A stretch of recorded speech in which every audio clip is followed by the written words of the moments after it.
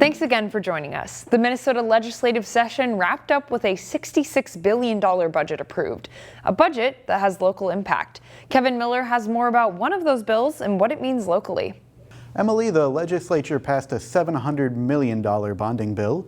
Included in that bill was an important request from Maple Grove to free up some cash for its community center. It was in, and then it was out, and then it was in, and the special session yesterday really buttoned up the bill that is in front of the governor now. We do feel comfortable, hopeful at least, that the governor will sign. The city plans to move much of the active programming at the community center to the Lifetime side of the building, which it's acquiring in a land deal. Maple Grove was originally awarded $6 million to design the community center expansion back in 2023. Design work for that project is starting to wrap up soon, and the city expects to have more than $1 million left over from that original $6 million meant for design work. The new bill would allow the city to spend that extra money on construction, which could top $60 million. I mean, $1 million is a lot of money. In a project like this, it's a small percentage, but all that stuff matters. Current construction work at the community center is adding a new sheet of ice and expanding the parking lot. That should wrap up by mid-October. Emily? Thanks, Kevin. Meanwhile, the transportation bill included funding for a much-needed fix that impacts drivers traveling between Maple Grove and Brooklyn Park. The bill contains more than $9 million for a new bridge over Highway 169 from Elm Creek Boulevard to Brooklyn Boulevard. You'll recall last year, a dump truck hauling a backhoe smashed into a bridge support, knocking out chunks of concrete. One westbound lane has been closed ever since. More than 17,000 drivers travel over the bridge daily.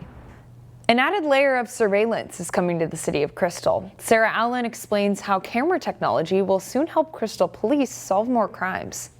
It's hard to put into words how valuable this is to us. Crystal police now have an added view into fighting crime. You can get anything within the last 15 minutes up to the last 30 days. That view comes in the form of extra surveillance through the flock camera system. The technology checks license plates and other car features for potential links to crime. Currently, Crystal Police rely on other cities that have installed flock cameras to share data with them. It is probably weekly that we have a case that is either significantly aided by these cameras or solved because of these cameras. And it varies from homicides to robberies to low-level thefts to hit and runs even. Now in 2 months, Crystal is getting its own flock cameras. Lieutenant Tourville says that will double their ability to follow up on crimes. They're a great investigative tool. 6 cameras will be installed in strategic areas and entrances into the city. Another will be moved around. Community members we spoke to say they are okay with the added surveillance. If you're not doing anything you shouldn't be doing, why do you care? I guess I don't have any problem with it because I'm not doing anything wrong that I know of. I think it's a positive thing to help reduce crime. Lieutenant Tourville says the cameras don't take facial pictures. I can understand how some people would feel like it's an intrusion or it's Big Brother watching over everybody. But we do not utilize the information for anything other than a legitimate investigation. In Crystal, Sarah Allen, CCX News. A state grant is covering the cost of the cameras for 2 years. In Brooklyn Center, a vacant retail space will soon get new life. A business called Oh Pretty Events and Rentals will move into space at Humboldt Square, between House of Huey's restaurant and Scoreboard Pizza. The business caters to weddings, corporate events, and other celebrations. The space was previously occupied by Value Foods African Market, which moved to a larger space nearby. The City Council unanimously approved a permit for the new business, which should help address what some describe as a shortage of event spaces in the area. A special meeting place for artists in Maple Grove is searching for a new home. We've got some momentum, which now I'm afraid we might lose a little of. But it depends what happens in the next couple of weeks. So it could be we have to go to storage, or it could be that we move straight into a new venue. Just don't know. The Maple Grove Arts Center has been at the fountains at Arbor Lakes for more than 7 years. The landlord offered the space to the Arts Center for free, but now has a new tenant. They have to move by July 11th. The space has been a haven for local artists, offering a meeting place and retail space to sell their goods. Maple Grove has few other options for them to display their work. They've been able to publicise their work, get other people looking at it. We've made a lot of sales over the years. We've managed to support the artists in ways that before in Maple Grove has not been possible. The Arts Center is looking for volunteers to help them with the move. You can also help by making a financial donation. Finally, this segment, the Golden Valley Rotary Club celebrated its Citizen of the Year. Dean Pink was given the honor for his work with the Golden Valley Community Foundation. The foundation is a nonprofit public charity, and Pink is its board chair. Former Golden Valley Mayor Shep Harris praised Pink and its foundation for its extensive work in the community. Pink says he's incredibly honored. Part of what we're trying to do is make this a better place to live in. Part of what we're trying to do is leave it better than we found it. Part of it is we live here. Why not make it the best place for people to live? Pink said he's proud of the foundation's investments to help the community grow long term.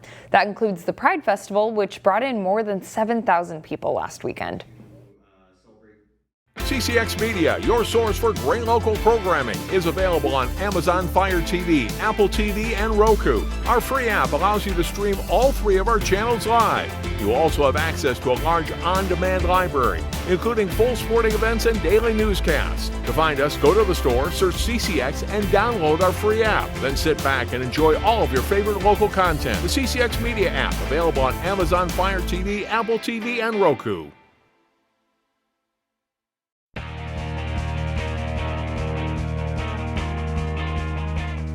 The Park Center boys volleyball team saw its season end earlier this week in the state tournament. But the Pirates would not have gotten this far if not for the talents and leadership of one of their senior captains. Here's our final CCX Sports Spotlight of the school year. Titus Lee didn't start playing volleyball until 9th grade. And early on, the now senior wanted to be a front row hitter. Coach Michelle Chen, though, could see she had a gem in Titus, and that his true calling in the sport was to be a setter. You can tell when people have the hands for it. It's pretty soft, a lot of control coming out. You can have great hands for it, but you may not have the athleticism for it and the IQ for it, because it is totally the quarterback or the point guard, where you have to make those sudden decisions immediately on the fly. Setting for me, it was an easier transition because I played midfield in soccer, so it's a little easier to have like field and court awareness of where people are at, so I think that gives me a little bit of an edge. Not only did Titus display the physical gifts required of a setter, but he's also a natural leader, a key asset for the player on the court who runs the show. They will run captain's practices or open gyms, and he will just, I've come out and watched some of them, and he's got them all going, okay, we're going to work this, we're going to work that. Yeah, he's a leader. Teammates see it too. He's like a really strict coach, I'd say. He's a really fun guy to be with. Best setter I ever played throughout my entire life, but having him around, he's just a coach that kind of like yells at you, telling you what to do and knowing where to be at. This is the first year the Minnesota State High School League sanctioned boys volleyball. Previously, it had been a club sport. Titus has enjoyed his 4 years in the Pirates program. A lot of these guys close friends with me, and volleyball is just a sport where it's like, yeah, if you have good friends, it's always going to be fun, even if you guys suck. But volleyball isn't his #1 sport. Titus has played soccer for much longer, and like in volleyball, was a Park Center captain this season. It's something I played it my whole life, you know, and especially it's a little easier to get into colleges for soccer because there's not a whole ton of volleyball colleges and all that. Along with volleyball, soccer also ran down in my family, so I had support from my family. He'll continue his soccer career in the fall at Hamline University, where he says academically he'll study something in physics or math. Titus says the school is a good fit for him. We visited the school a few times for volleyball tournaments, and you know, the campus looks nice. It's like open and big. And then the coach as well, I had a long time relationship with him because he coached former teammates. He would talk to us all the time. The 2025 Park Center boys volleyball team made history, and that they will always be the first Section 5 champion and state qualifier. And that's important for Titus and his teammates. Not many sports have a chance to be the first to win and, you know, really set a tone like that. Eden Prairie, who beat Park Center in the quarterfinals, won the state championship, beating Rogers in 5 sets in the final. This summer, Titus will again play soccer for the Boreal Soccer Club before he begins summer training at Hamlin. For the CCX Sports Spotlight, I'm John Jacobson.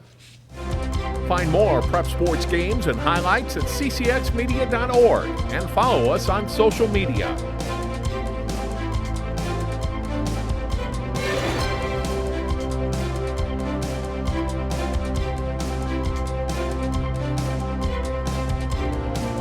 CCX Media, your source for great local programming, is available on Amazon Fire TV, Apple TV, and Roku. Our free app allows you to stream all 3 of our channels live. You also have access to a large on-demand library, including full sporting events and daily newscasts. To find us, go to the store, search CCX, and download our free app. Then sit back and enjoy all of your favorite local content. The CCX Media app, available on Amazon Fire TV, Apple TV, and Roku.